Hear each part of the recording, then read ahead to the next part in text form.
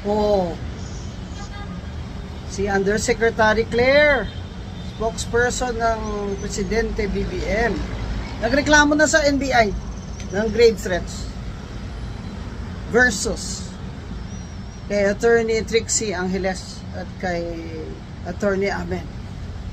Sabi daw kasi, atay mo lang ang walang latay. Hirap talaga nito mga Tagalog na ito eh.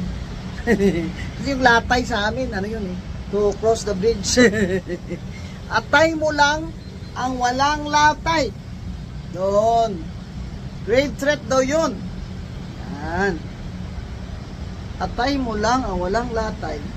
That is a figure of speech. Diba? Na ibig sabihin na matindi ang ano, ang ba yun? Balik sa'yo. Yan.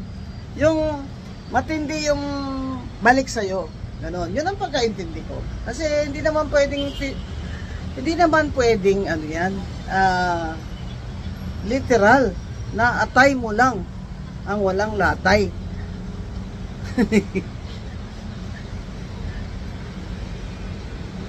Wala kayo. Galit na si Auntie Claire. Para daw kung may mangyari, kung anong mangyari sa kanya, alam na daw ng NBI kung sino may kasalanan. Si Atty. Trixie Angeles, former presidential spokeswoman versus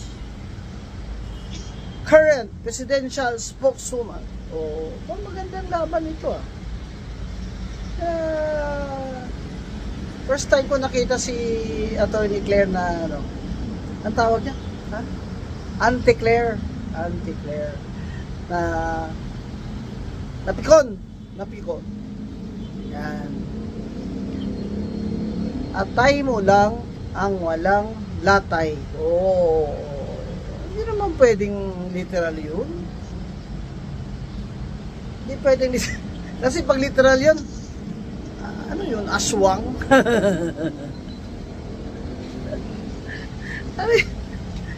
ano yun, aswang yung ano.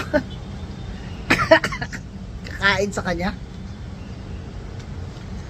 Yan po ang sinasabi natin sa mga Supreme Court ruling na balat sibuyas, onion skin. Kasi pag kayo ay nasa public office, huwag kayong balat sibuyas. Eh lalo na yung pinili mo na trabaho, eh spokesperson ba naman ng presidente na negative ano ano na ba yun? Negative 24 na ba ang survey rating ni BBM? Oh, eh kung ganun ba naman yung boss mo, eh talagang kahit paano eh mahawaan ka talaga niyan. Oh, eh you represent BBM eh, di ba? Spokesperson. Oh, lahat ng lumalabas sa bunganga ni Auntie Claire, yun ang words yun ni BBM. Diba? O, kaya pag siya nag-okray-okray siya kay BP Sara, ibig sabihin, utos yun ni BBM. O, hindi siya pwede magsabi na, hindi, personal ko lang yun na opinion. Diba? Na si BP Sara ay kamukha ni Chucky. Hindi. Imagine niyo lagi na si BBM yung sasalita. Pag si Auntie Claire ay lumalabas at nagsasalita. Yan. Diba? Kung siya, pwede siyang mang-okray. Tapos pag siya ang inokray, gagalit siya. Hindi naman pwedeng ganun. Kung ganun ka, huwag ka na mag-spokesperson. Doon ka na lang sa tagu-tago. Kunyari, auditor ka, tagu-tago ka na lang. Huwag ka na pa-TV-TV. Kasi, syempre, you'll be, vulnerable to, also to, what do you call this, to criticism. Lalo na yung style ni Auntie Claire ay talagang dalawang bagay lang yung matatawa ka talaga o talagang mag-iisip ka talaga na may something ito. May something ito si Attorney Claire. Kaya Attorney Claire, bagong taon na.